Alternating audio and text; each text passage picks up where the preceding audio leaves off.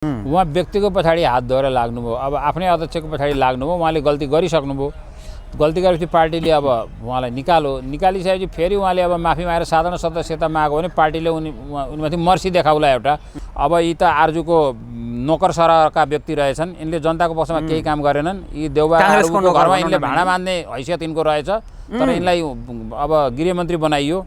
यस्ता व्यक्तिको बारेमा कुरा गर्नु, यिनको कार्यक्षमताको बारेमा कुरा गर्नु, यिनको वर्क इफिसियन्सी हेर्नु, यिनको अब गृहमन्त्रीको हैसियतले गरेको जुन रुलिङ देशमा रुल गर्ने लिडरको रूपमा हेर्नु हामीले जरुरी छैन। बोकेको कुकुरले मृग मार्दैन। गगन मात्रै नभनौँ, जोसुकै होस् त्यो व्यक्तिलाई किन तोकिराख्नु अब त्यो जरुरी छैन। तर बोकेको कुकुरले मृग मार्न सक्दैन। अब मृग मार्नको लागि सिकारी कुकुरै चाहिन्छ भन्ने एउटा उखान छ। त्यस्तै अब उहाँलाई कसरी बोकेको थियो अहिले उनीहरूले छोडिदियो होला। अब उनीहरूले त आफ्नो प्रयोग गरिसके। अब उहाँमा अपरिपक्वता हो र पोलिटिकल लिडरमा हुनुपर्ने खालको राजनीतिक कार्यकर्तामा हुनुपर्ने गुण उहाँमा विकास भइसकेको रहन्छ। तर पार्टीले त्यति गरेपछि उहाँलाई सचेत गराउँदा पनि उहाँ अझ उग्र ढङ्गले पार्टी विरुद्ध जानुभयो। भूमिगत रूपमा राखिदियो भने नेपालमै बसे पनि अब कुनै पनि सञ्चार माध्यमको सम्पर्कमा आएनन्। अब तपाईँको आफ्नो मोबाइलहरू चलाएनन् भने त अब कोठाभित्र लुकेकोलाई थाहा पाउन सकिँदैन। अब त्यसले गर्दा मलेसिया नभएर यहीँ पनि लुकाएर राखेको पनि हुनसक्छ। किनभने त्यो व्यक्ति पक्राउ नपरेपछि त अब यतातिर सधैँभरि यो मसला त गरम रहिरहने भयो। त्यो राजनीतिक भाषा थिएन, त्यो गैर राजनीतिक भाषा प्रयोग गर्नुभयो मुकुलजीले। राजनीतिक भाषा प्रयोग गर्दाखेरि चाहिँ अब छानबिन भइरहेछ। त्यसमाथि चाहिँ हाम्रै सभापति भए तापनि छानबिन होस् र दोषी भएमा चाहिँ कारबाही होस् भनेर भनेको त्यो कुरा उहाँको लागि सुपाच्य हुन्थ्यो। तर छानबिन समितिले चाहिँ ठग नमान्ने अनि पार्टीभित्रकै एउटा व्यक्तिले चाहिँ अब सहकारी ठग रवि लामिछाने भनेर भन्नु चाहिँ त्यो राजनीतिक उसमा सुहाएन। त्यो नैतिक रूपमा पनि सुहाउँदैन। पूर्ण रूपमा सदस्यताबाट नहटाउँदा पनि उहाँले फेरि आफ्नो व्यवहारहरूलाई दोहोऱ्याइराख्नुभयो। त्यो दोहोऱ्याएपछि पार्टीले उहाँलाई साधारण सदस्यता समेत कायम नरहने गरी बर्खास्त गरिदियो। अब उहाँ पार्टीमा केही पनि पदमा रहनु भएन। साधारण सदस्य समेत उहाँको सिद्धियो। मुकुल ढकालजीले पहिला आफ्नो गल्ती गरिसक्नुभयो। पार्टीको विधान आचरणभन्दा बाहिर गएर उहाँले आफ्ना गतिविधिहरू गर्नुभयो। फलस्वरूप उहाँ पार्टीबाट दण्डित हुनुभयो। दर्शकवृन्द नमस्कार। आज हामी हाम्रो देशको समसामयिक राजनीतिक घटनाक्रममा रहेर कुराकानी गर्नेछौँ। आज हामीसँग कुराकानी गर्नको लागि राजनीतिक विश्लेषक तथा वरिष्ठ पत्रकार प्रदीप प्रसाई हुनुहुन्छ। यहाँलाई स्वागत छ सर। धन्यवाद। यति बेला सर राष्ट्रपाका मुकुल ढकाल पार्टीबाट बर्खास्त भइसके पछाडि साधारण सदस्य पनि नरहने गरी त्यहाँबाट निष्कासन भइसके पछाडि उहाँले माफी माग्नु भएको छ। यति बेला मलाई साधारण सदस्य चाहिँ कायम गरिदिनुहोस् भन्नुभएको छ। यो विषयमा के लाग्छ यहाँलाई, के भन्नुहुन्छ सर? अब मुकुल ढकालजीले पहिला आफ्नो गल्ती गरिसक्नुभयो। पार्टीको विधान आचरणभन्दा बाहिर गएर उहाँले आफ्ना गतिविधिहरू गर्नुभयो। फलस्वरूप उहाँ पार्टीबाट दण्डित हुनुभयो। पार्टीले कारबाही गर्यो। अब कारबाही गरिसकेपछि उहाँलाई साधारण अझ पनि उहाँलाई पूर्ण रूपमा सदस्यताबाट नहटाउँदा पनि उहाँले फेरि आफ्नो व्यवहारहरूलाई दोहोऱ्याइराख्नुभयो। त्यो दोहोऱ्याएपछि पार्टीले उहाँलाई साधारण सदस्यता समेत कायम नरहने गरी बर्खास्त गरिदियो। अब उहाँ पार्टीमा केही पनि पदमा रहनु भएन। साधारण सदस्य समेत उहाँको सिद्धियो। त्यो भइसकेपछि उहाँले फेरि अब आफूलाई एक्लोपना असहाय अनुभव गर्नुभयो होला र ममाथि एउटा दया गरियोस्, एउटा मर्सीपूर्ण तरिकाले एउटा दृष्टिकोणले हेरियोस् र साधारण सदस्यता कायम गरियोस् भनेर निवेदन हाल्नु। उहाँले अब आत्मआलोचना गरेर साधारण सदस्य चाहिँ कायम गरी पाऊँ भनेर निवेदन हाल्नुभयो भने अब पार्टीमा त्यो उहाँले उसलाई विचार गर्ला। अब त्यो विचार गरेर छलफल गरेर उहाँलाई साधारण सदस्यता राखिदिन पनि सक्छ। अब उहाँले आत्मआलोचना गर्नुभयो भनेदेखि अब उहाँले गलत काम गर्नुभएको थियो भन्ने कुरा त पुष्टि भयो। जब उहाँले सही कुरा गरेको थियो भने त साधारण सदस्यताबाट हटाए पनि उहाँले त्यो आत्मआलोचना गर्नुहुने थिएन। आत्मआलोचना गर्नुभयो भनेदेखि त्यो अब राम्रै कुरा हो र आफ्नो गल्ती आफैले स्वीकार गर्नु भनेको चाहिँ एउटा ठुलो कुरा हो। उहाँले त्यो गल्ती स्वीकार गर्नुभयो भने साधारण सदस्यता दिनेबारे पार्टीले सोच्ला। अब त्यो पार्टीको विचारको कुरा हो। मेरो निजी विचारले त्यहाँ काम गर्दैन। तर सर नि यति बेला अब जसरी उहाँले 32वटा जिल्लामा घुमेर एउटा प्रतिवेदन तयार पार्नु भएको थियो, त्यो प्रतिवेदन त राष्ट्रपाको हितमै थियो नि, होइन र?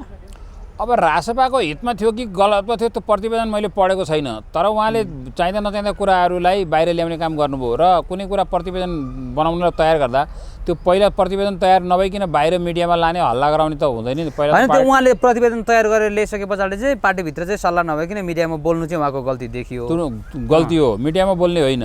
त्यो आन्तरिक छलफल हुनुपर्ने कुरा थियो हो त्यो पहिला त पार्टीलाई बुझाएर त्यसपछि आन्तरिक छलफल गर्नु पर्थ्यो अनि पार्टीमा त्यसमा के सुधार गर्नु पर्छ हाम्रो पार्टीभित्र के कमजोरी छ भन्ने कुरा हुन्थ्यो होला त्यो कुरालाई चाहिँ अब छलफल गरेर अनि कति कुरा बाहिर प्रेसमा ल्याउने हो नल्याउने हो पब्लिकलाई के कुरा जानकारी गराउने हो त्यो छलफलबाट गरेको भए चाहिँ राम्रो हुन्थ्यो त्यो उहाँले गर्नु भएन त्यो उहाँमा अपरिपक्वता हो र पोलिटिकल लिडरमा हुनुपर्ने खालको राजनीतिक कार्यकर्तामा हुनुपर्ने गुण उहाँमा विकास भइसकेको रहन्छ तर पार्टीले त्यति गरेपछि उहाँलाई सचेत गराउँदा पनि उहाँ अझ उग्र ढङ्गले पार्टी विरुद्ध जानुभयो त्यसले गर्दा उहाँमाथि कारबाही भएको हो तर राष्ट्रसभा बनाउनुमा त फेरि मुकुल ढकालको पनि ठुलो हात छ नि सर होइन हात होला केही उहाँको योगदान होला तर छ भन्दैमा के जे पाए तपाईँले एउटा यो कुनै एउटा बिल्डिङ बनाउनु भयो सराम गरेर तर तपाईँले त्यसमा आगो लगाउनु भने त्यसको अर्थ के छ त त्यो बिल्डिङ त तपाईँले बनाएको भनेर आगोले नजल्ने त होइन नि उहाँले त त्यो पार्टीलाई त खरानी भस्म बनाउनु खोज्नु भयो नि त त्यो दृष्टिकोणले हेर्दाखेरि उहाँको त्रुटि हो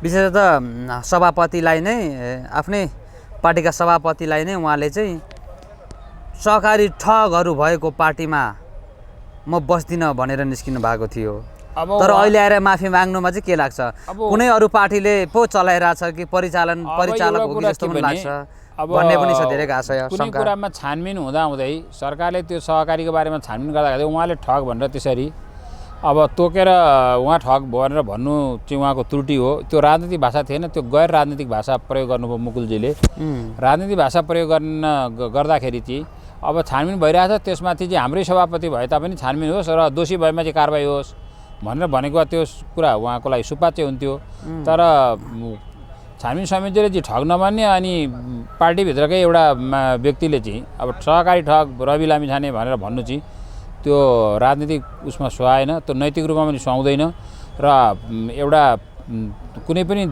नागरिकलाई पनि हामीले कसैलाई पनि छानबिनमा रहेको नागरिकलाई कुनै पनि क्राइममा होस् चाहे कुनै घटनामा होस् त्यसमा छानबिनमा रहेको नागरिकलाई त्यसरी तोकेर कुनै अपराधिक करार गर्न चाहिँ मिल्दैन त्यो उहाँको ब्लन्डर थियो तर राष्ट्रपालले नि सर अब यति बेला साधारण सदस्य चाहिँ कायम गरिदिनुहोस् भन्नुभएको छ राष्ट्रपाललाई माफी माग्नु भएको छ उहाँले अब के त्यति दया देखाउँला राष्ट्रपालले अब त्यहाँभित्र अनुशासन तर हेर्नुहोस् त यति बेला महामन्त्री जस्तो मान्छे अब उहाँको इज्जतको पनि त यसो छ कुरा आउँला होइन महामन्त्री जस्तो मान्छे साधारण सदस्य अरू पार्टीबाट पनि बर्खास्त भएका छन् केही छैन त्यो कुरा तर अब त्यहाँ अनुशासन कमिटी होला त्यसमा उहाँले निवेदन हाल्नु होला त्यसमा छानबिन होला अनि त्यो कमिटीले प्रतिवेदन बनाउला फेरि केन्द्रीय समितिमा जाला अनि त्यो निर्णय गर्ला त्यो समितिले त्यो पार्टीको आन्तरिक कुरा त्यसमा हामीलाई त्यो सरोकारको विषय भएन तर अब कसैले माफी मागेर मबाट त्रुटि भयो मैले गल्ती गरेको थिएँ म कसैद्वारा परिचालितै भएको थिएँ त्यो मेरो ब्लन्डर थियो भनेर भन्छ भनेदेखि माफी गरिदिनु चाहिँ फेरि मान्ता हो नि किनभने माफी कसैले गल्ती महसुस गर्छ भने रियलाइज गर्छ भने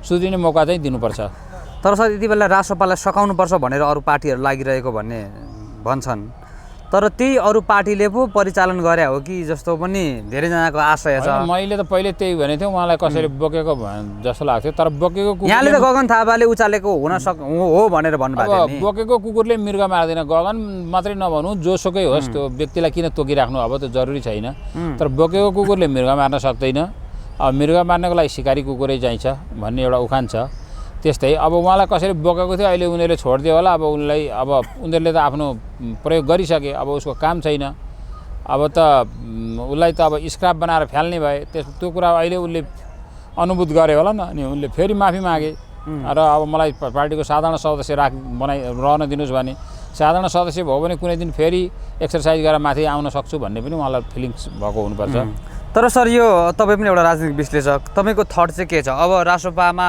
मुकुल ढकालले माफी मागेपछि माफी दिनु ठिक कि बेठिक होइन माफी माग्ला माफी त दिनुपर्छ माफी दिनु त मान्ता हो फेरि त्यही ठाउँमा गएर फेरि कसरी हुन्छ त्यो ठाउँमा पुगेर फेरि पनि त्यसरी नै आफ्नै पार्टीभित्र यसो छ साधारण आलोचना गर्ने रहन अब सुध्रिन पार्टीमा काम गर्न साधारण सदस्य रहेर काम गर्न त हामी दिँदा हुन्छ तर अब महामन्त्री त बनाउँदैन नि उनलाई त्यो त बनाउनु हुँदैन त्यस्तो व्यक्तिलाई तत्कालै महामन्त्री बनाउने भन्ने त कुरै हुँदैन अब पछि उनले कुनै त्यस्तो खालको काम गरे कि होइन राष्ट्रपालले त चान्स दिएको हो त अब माफी माग्ला कि फेरि यही पदमा राख्नु पर्ला कि पर्दैन होइन भनेर त अगाडि अब बर्खास्त गर्ने बेलामा त निवेदकले महामन्त्रीमा मलाई माफी दिएर महामन्त्रीमा रिस्टोर गरोस् भनेर त भनेको छैन निवेदक साधारण सदस्यमा आएको छ साधारण सदस्यको लागि चाहिँ मलाई बाट चाहिँ नहटाइयोस् एउटा स्पेस मेरो लागि हुन्छ पछि कुनै दिन मैले आफूलाई प्रमाणित गर्न सक्यो भने फेरि म पदमा पुग्न सक्छु भन्ने हो र माफी दिनु चाहिँ मान्ता हुन्छ कसै होइन मैले भन्नु खोजेको चाहिँ बर्खास्त हुँदै गर्दाखेरि जसरी उहाँले चाहिँ अब महामन्त्री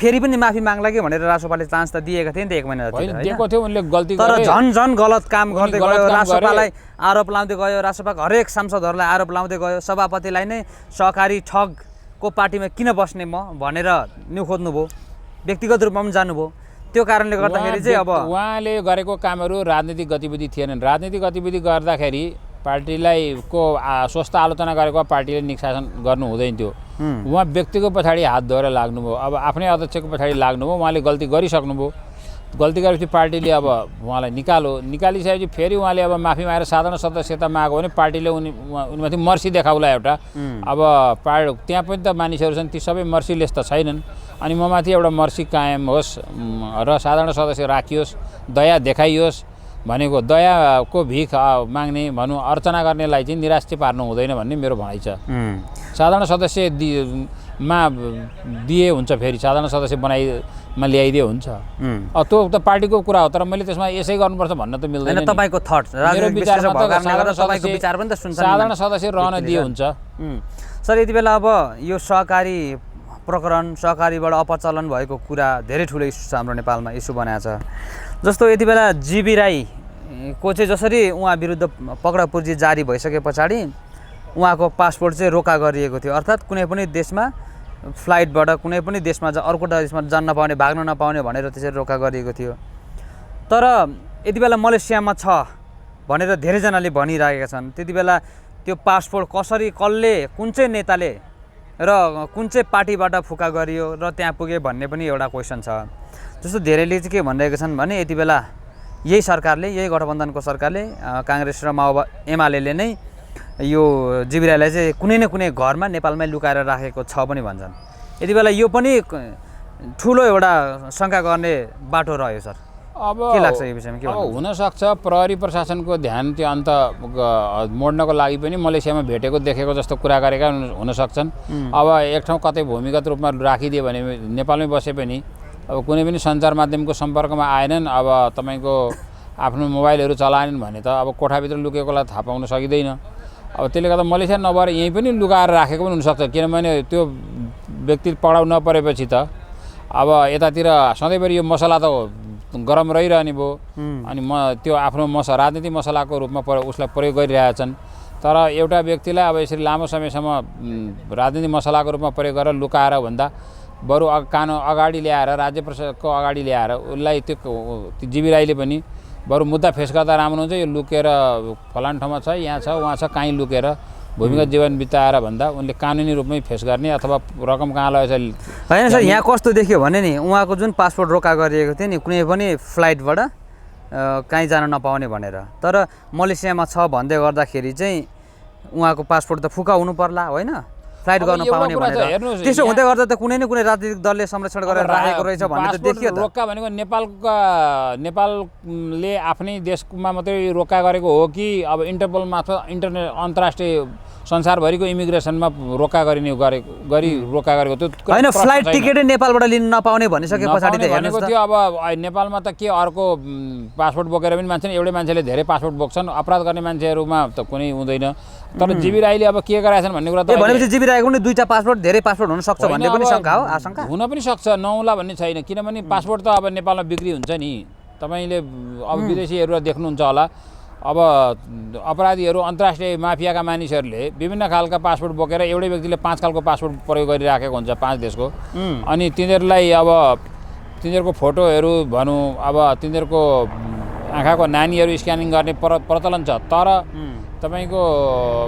पैसाले त सबै कुरा बिक्छ इमिग्रेसन पनि पार हुन्छ नेपालको एयरपोर्टबाट तपाईको सुनको हात्ती छिराउन सकिन्छ भनेर चार्ल्स सोब्राजले भनेको हात्ती पनि छिराइदिन सकिन्छ भनेको कुरा चाहिँ सम्झना आउँछ कि आउँदैन उसले भनेका थिए नेपालको एयरपोर्टबाट हात्ती छिर्छ तर यहाँ तपाईँ हामीले ल्यायौँ भने त एउटा सियो पनि उसले थाहा पाउँछ तर माफिया तस्करले चाहिँ तस्करी गरेर कुनै चिज ल्यायो भने हात्ती पनि छिराइन्छन् उनीहरूले यहाँबाट पार पनि गराइन्छन् पैसा भएपछि उनले त्यस्ता शक्तिहरू पनि प्रयोग गरेका हुन सक्छन् सर यो यति बेला नेपालमा यो सहकारीबाट चाहिँ अपचलन भएको रकमहरू लगभग 82 अर्ब भन्दा बढी भनेर चाहिँ अहिले आइरहेको छ जस्तो यो यति बेला जीबी राई रवि लामिछाने लगायत यही गोर्खा मिडिया नेटवर्ककै व्यक्तिहरू सञ्चालकहरूले मात्रै लुटेको हो यो सबै भन्ने प्रकारको भाष्य निर्माण होइन, भइरहेको होइन, छ बिल्कुल होइन। त्यस्तो भाष्य त निर्माण भइरहेको छ यति बेला भाष्य होइन? निर्माण जेसुकै गरौँ न, अहिले नेपालमा सबै सहकारी समस्यामा छन्, एकाध बाहेक सबै समस्यामा छन्।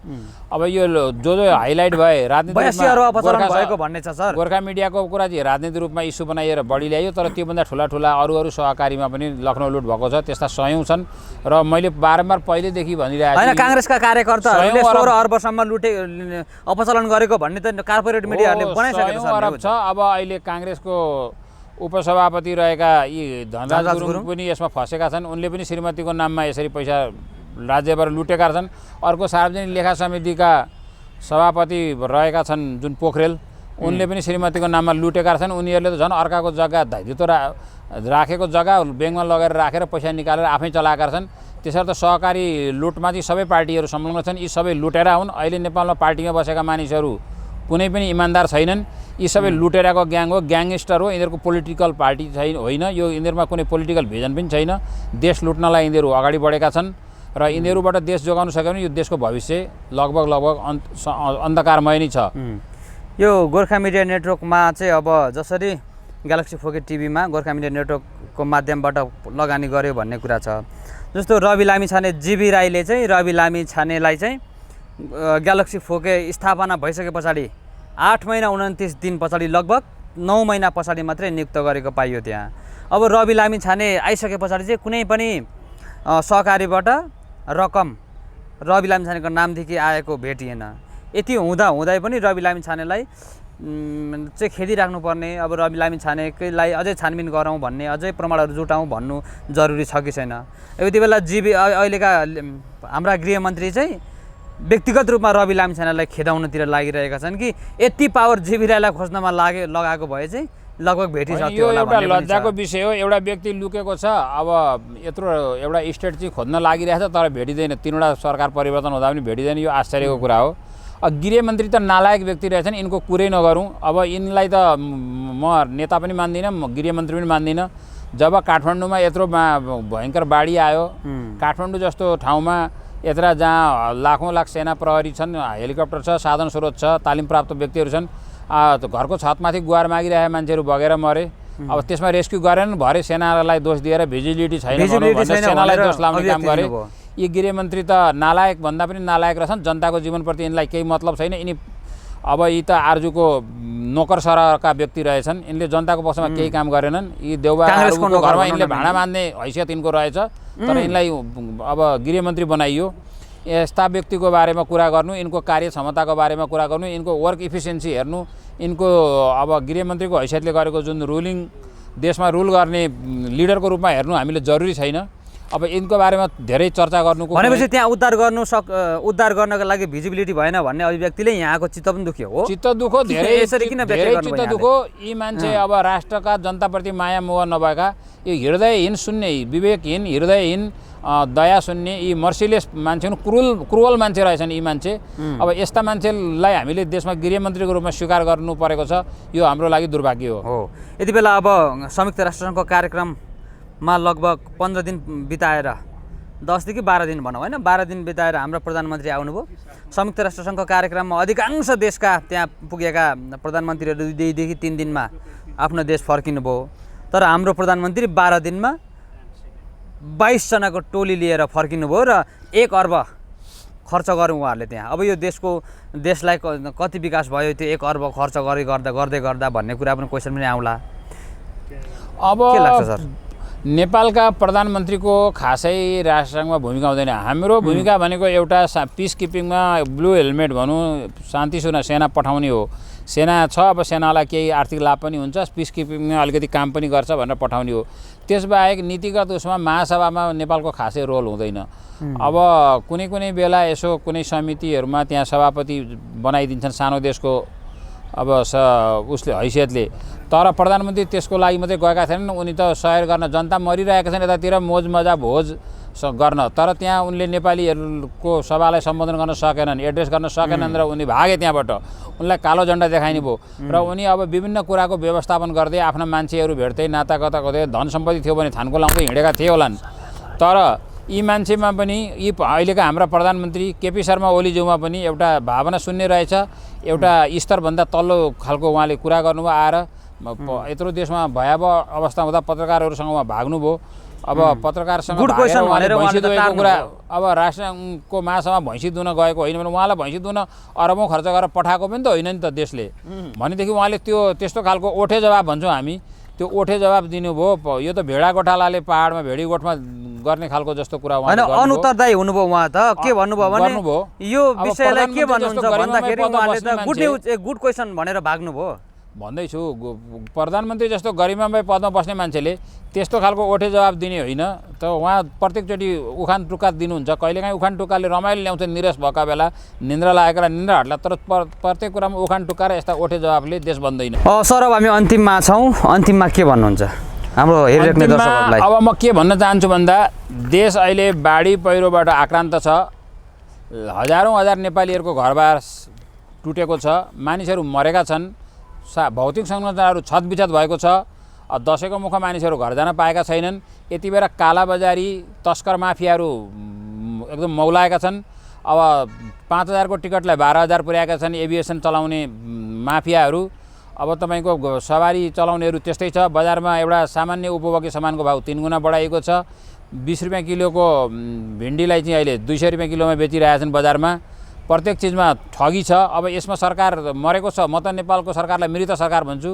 यो मृत ओली सरकारमा अलिकति पनि भित्र ढुकढुकी छ भने यिनीहरूलाई नियन्त्रण गरोस्, यिनीहरूमाथि कारबाही गरोस् र जस्तो यी तस्कर माफियाहरूमाथि नियन्त्रण गरोस् र जनतालाई छिटोभन्दा छिटो राहत दियोस्, घाइतेहरूलाई उपचार गरोस्, मृतकहरूलाई राहत दियोस् र यो बन्द भएका बाटाहरू छन् जुन सडकमा, विद्युतमा, टेलिकममा सबै अब्स्ट्याकलहरू आएको छ, समस्याहरू आएको छ, त्यसलाई रिस्टोर गर्नमा युद्ध स्तरमा लागोस् र कर्मचारी मेकानिजमले पनि यसमा पूर्ण रूपमा लागेर जनताको जनजीवन सहज बनाउन भूमिका खेलोस् भन्ने कामना छ। अब मेरो भनाइ यति नै छ। हस्, धन्यवाद सर समयको लागि। धन्यवाद।